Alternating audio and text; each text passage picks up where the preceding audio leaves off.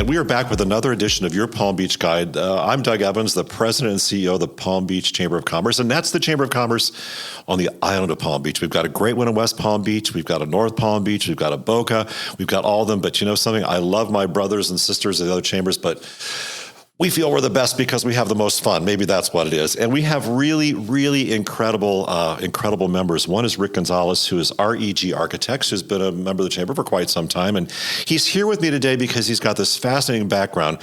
When you look at his bio, I've never met anybody who's gotten 2 architectural degrees, somebody who spreads themselves all out through the community with all kinds of charities, including Junior Achievement, which is one of my favorites, by the way. What that does for young people to set them up for the future blows my mind. I didn't do it when I was young because we didn't have JA where I was growing up, but I know it's really, really huge in a lot of places. Rick, welcome. We're so glad you're here today. Thank you, Doug. Thanks for having me. We're going to talk about you for a minute. Where are you from? Give me your background and tell me that whole life story so we can set this up before you move into the profession. Okay. Well, I've spent the majority of my adult life here in Palm Beach and West Palm Beach. A native, almost, right? Yes. I came here 1985. Okay. Graduated from college. Next year will be my 40th year here. Lived on the island for 5 years. Then got married, had kids, and, built a house in Juno Beach. Beautiful, by the way. By the water, near the water, block from the ocean. And then kids grew up. They moved out, sold the house, and moved downtown and enjoying the life, living, working downtown headquarters. And we come, work all over the state of Florida. Originally, I was born in Cuba. I was a baby when I left in 61. Whoa. With my parents.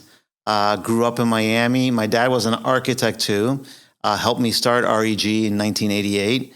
But he loved to travel, so he took us to Costa Rica in the 70s. I did high school in Costa Rica in the 70s, and a year of architecture studies in Guatemala in 1980. And then from there up to DC to Catholic U for my 2 degrees in architecture. Rick, with that kind of background, I mean, I keep as being here, and you've been here 1 year longer than I have. So I got here in 86. Okay. So we're the same vintage, we're the same age, the whole 9 yards here, which is great. And we've seen such a change here. But I keep meeting more people who are of our vintage, let's use that word. Okay. who escaped Cuba. Yes. And I hate to use the word escape, but it was an escape at that time because people had to get out. And I don't know with your father's business what happened to him, and I'd like to know because people lost everything. Yes. Well, 2 amazing families. On my mother's side, they were farmers. They lost a very large farm that they had in Matanzas province, which is near Havana on the ocean. Wow. They grew hemp, which was used back in World War II for rubber products, Sure. And it was my grandfather came to the States and he ended up working in a little farm store just to have freedom, So a man that had hundreds of employees, was willing to leave it all, to do that. And on my father's side, his father was a banker. He made it all the way through to vice president of the Bank of Canada in Cuba. Same thing. He lost everything and came to the States. And my mom and dad, my dad had graduated from Villanova University, believe it or not, had 2 years in Cuba before the Castro regime shut it down. They only graduated 2 classes. He was one of the classes. And he came with nothing, and with my mom, myself, and a suitcase. In 1961, and in fact, April or March of 1961. Wow, it's that time. It's that time again here. That time of the year. I think, Rick, when you hear this, people don't really realize until you meet somebody like you in person, who's living in person, went through that. Yes. And came out on the other side, that your grandfather gave up everything to work in a store. Yes. But you know something? To me, that is seminal in your growth and your pattern. Your parents traveled. You were able to do things. Yes. And to me, that's what made you who you are today. That's the tapestry, right? Yes. That's the good thing. Yes. And the freedom, right? That you can come to this is the greatest country in the world, whether we're going through difficult times now in the country, but it's a great country. You cannot have the kind of opportunities that we've had in any other country in the world. I have friends in Costa Rica, Colombia, and many other places, and it's not possible to get ahead. If you work hard Yes, in the United yes. States, you can get ahead. That's very difficult in other places in the world. See, people don't think that still exists, but I tend to believe it does, because if you work hard and lean in and look for opportunities, or let's say create opportunities, Create them, yes. opportunities, and have a vision, have a dream. If you can dream it, you can do it.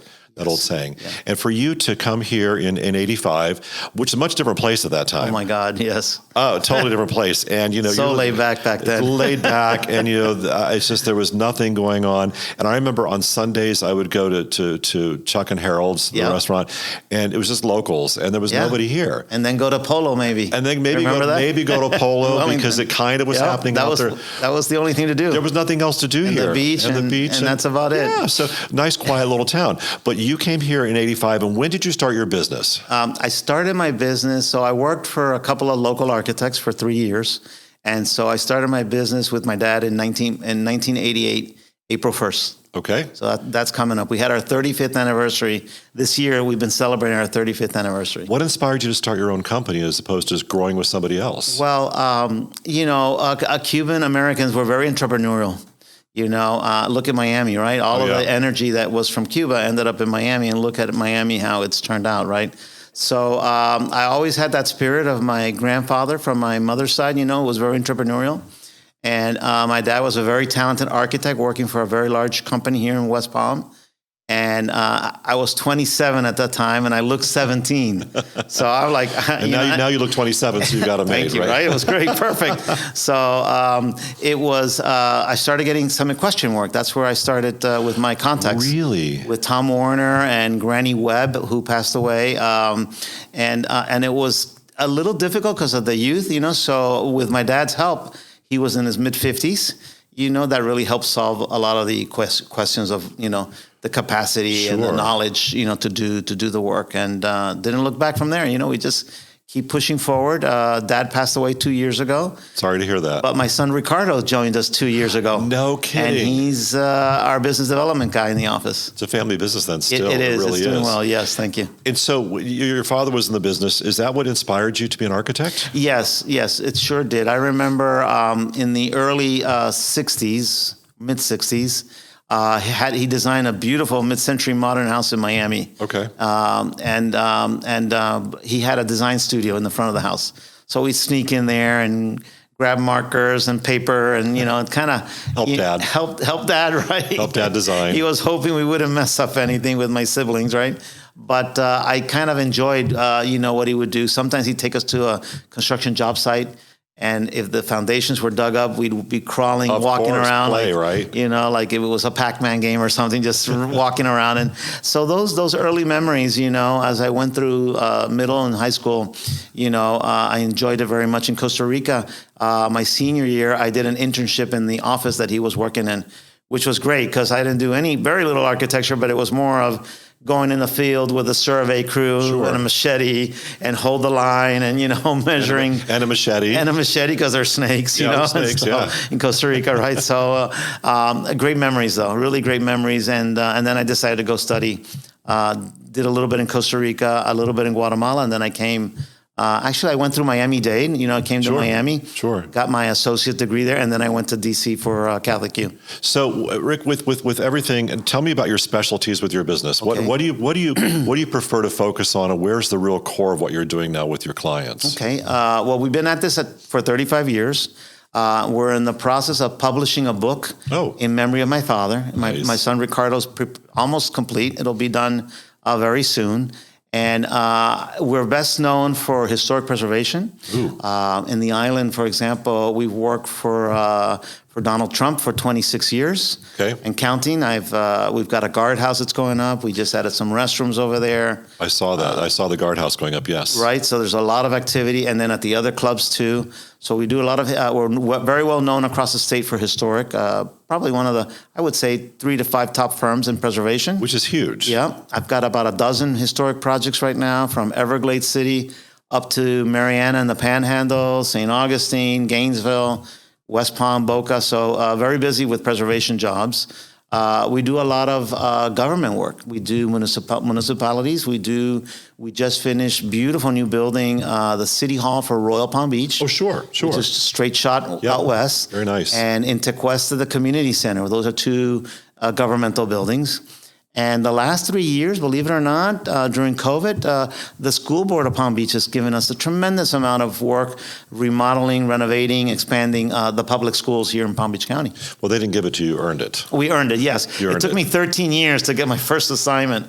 About 5 years ago, so but, yes. But with a bureaucracy like that, yes. it's tough, because It's there's a lot easy. of hoops to jump through and a lot of boxes to check and qualifications also, by the way. Yes. And historic preservation here, when you say that, I tend to think of the old houses on the island, but there's also the mid-century ones, the ones that are specialty that people want to continue to preserve. A lot of those, I grew up in South Georgia, North Florida. Okay. And I've been here since, like I said, 86. And so you think of the 60s and those mid-century houses, the 50s and 60s, a lot of people love them. Yes. And I had one once in my life, never again, by the way. Flat roof. Yes. It was just one of these things, a Frank Lloyd Wright designed old house. I'm like, with a flat roof, it's like, you got to be kidding. Water all the time. But for people who are passionate about it, yes. you know that you've got to be a specialist yes. to do that because it's certain materials, correct? Mm-hmm. You can't just throw anything up there no, to you make it can't. happen. And I grew up in one, the one that my dad built in Miami. Are pictures of that in the book? You know what? I'm not sure we have that one particular. We have a lot of other pictures in the book of him and the work. You'll think about that today when you go home, yes, right? I think I'm going to try to go look for a picture of that. I do have a picture of him standing in front of the house. We visited like 3 or 4 years. He moved to Key Biscayne 4 years ago before he passed away. And one day we drove by and we got out of the car. It was very well maintained. And I took a picture. I got to go find that picture. That's a great tip. That's the beginning of your career in your life, though, if you think about that. So you have to look for special materials to do these kinds of things. Yes. So you have to source all that stuff, correct? Yes, you do. You have to have good, very good contractors. It's a partnership, and they have to have very good subcontractors to work with your engineers. It really is a village. It takes a village to take care of a historic building. You have to be extremely careful. Sometimes people make a suggestion of, tear it down or do something else, and you need to ask yourself why. There's a very many different ways of restoring and preserving without having to tear things down. It's interesting.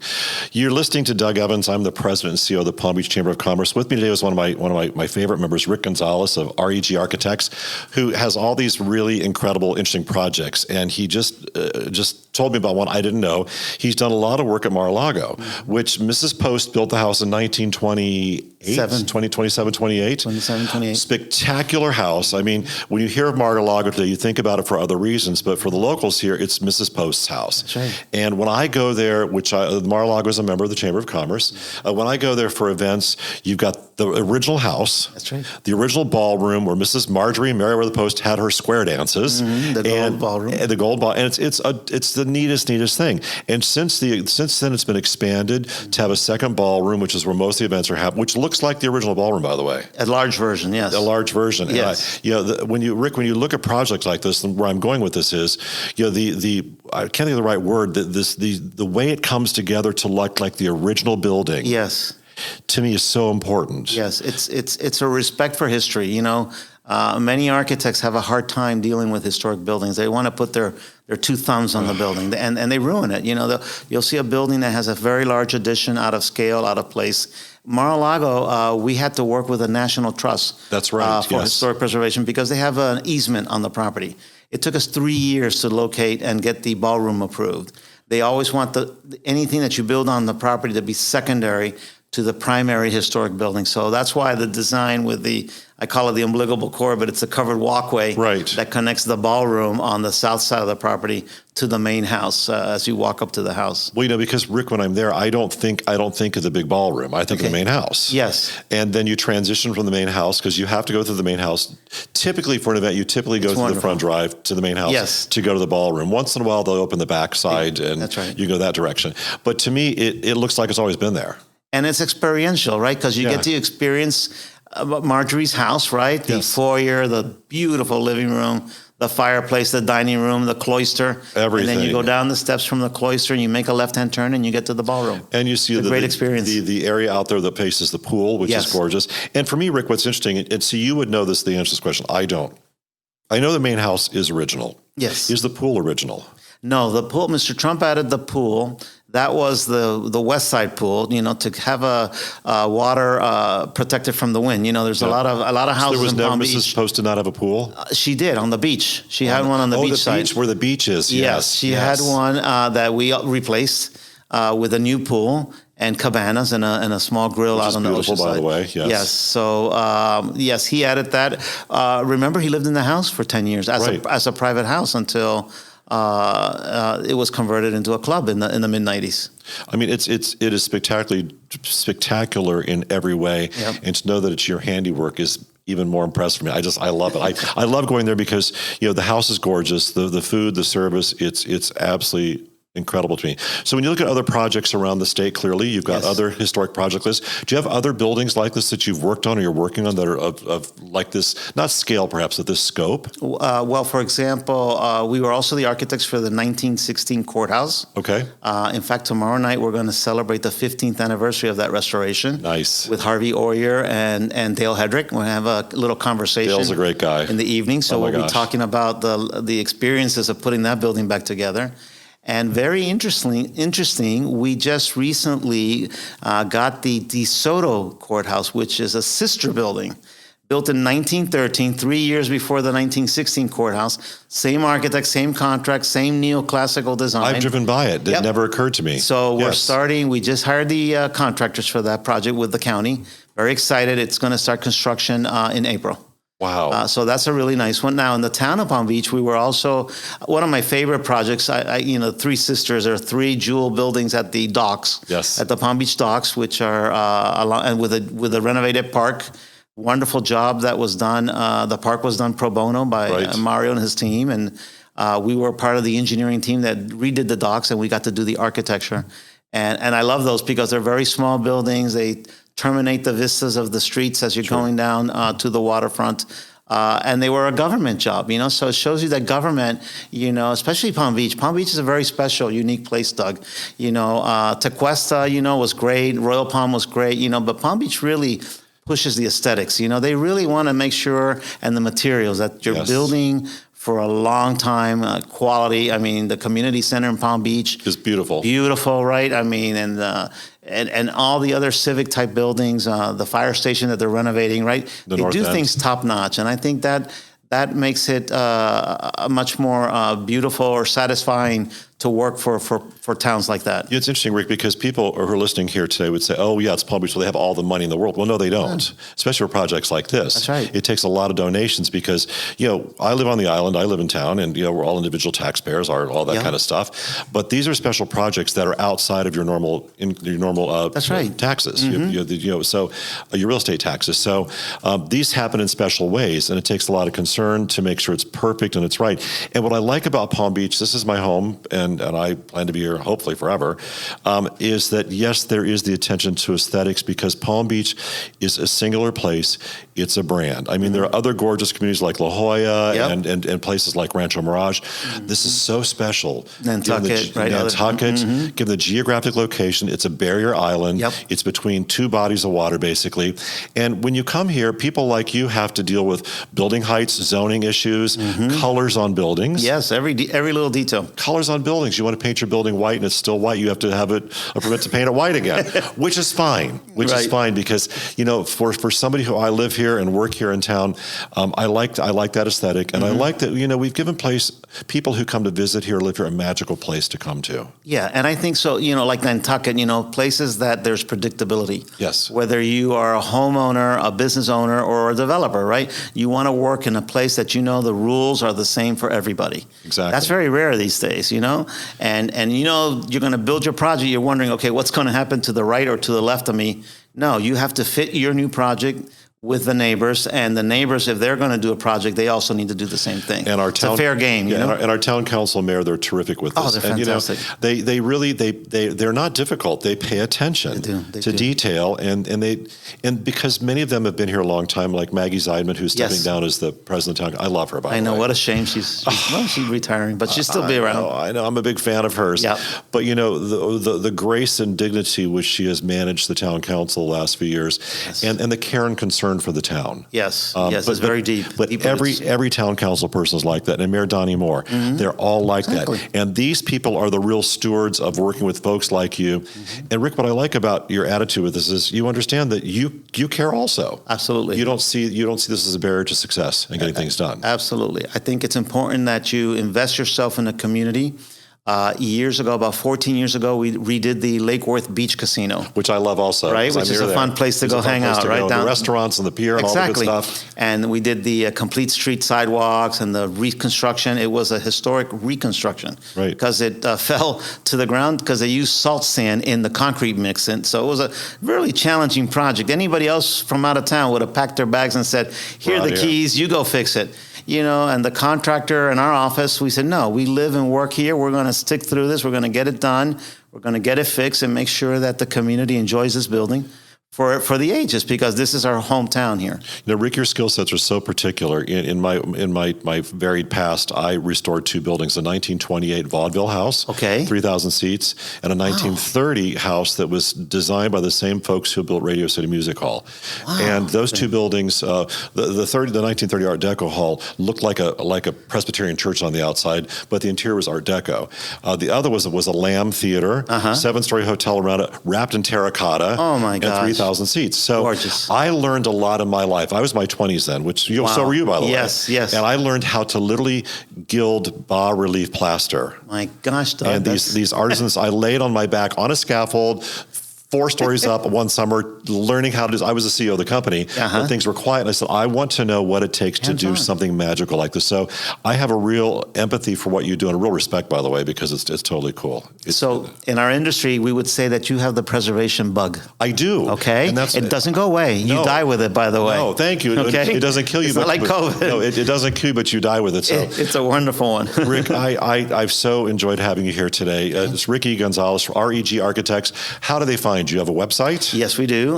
It's regarchitects.com, www. Well, that's easy, regarchitects.com. Very easy. We're on LinkedIn, we're on Facebook, we're on Instagram. We're on downtown West Palm Beach, right a block from south of Clematis on Datura and Olive, in a historic building. Yep, and that's the party zone in downtown West Palm Beach. It's a lot of fun. Right? And downtown West Palm Beach, Rick, I've got to, before we drop off here, what a transformation in the last 10 years. Yes. 10 years ago, it wasn't exactly a great place to be. It wasn't. It was. And now, so many people live there. It's wonderful. It's to see the activity and the economics. Imagine when I got here in the mid-'80s, I lived in Palm Beach. I'd ride my bike over, and it would be like, wow, beautiful grid, water to water, but nobody there. A lot of emptiness. No Kravis Center, no Performing Arts Center. That's only 25 years old now, basically. And now it's turned into such a dynamic place. And with all these young people moving in here, who are financial services people who make really nice livings, are loving West Palm Beach, as do you. So Rick Gonzalez has been with me today, regarchitects.com. Rick is a member of the Chamber of Commerce. We love having him be a part of us and everything you do with us. You've been listening to Doug Evans. This is your Palm Beach Guide. I'm the president and CEO, most of the time, of the Palm Beach Chamber of Commerce. And listen, pick us up. We drop a new episode every week. Spotify, Apple, you find it. We'll be there for you. But what we'd like to is come visit Palm Beach. Come visit Rick Gonzalez in downtown West Palm Beach. If you are listening and you've got a historic preservation project, no matter where you are, regarchitects.com, because if he can do old courthouses and Mar-a-Lago, the man can do anything. Thanks for listening. Make it a great day. Thank you, everybody.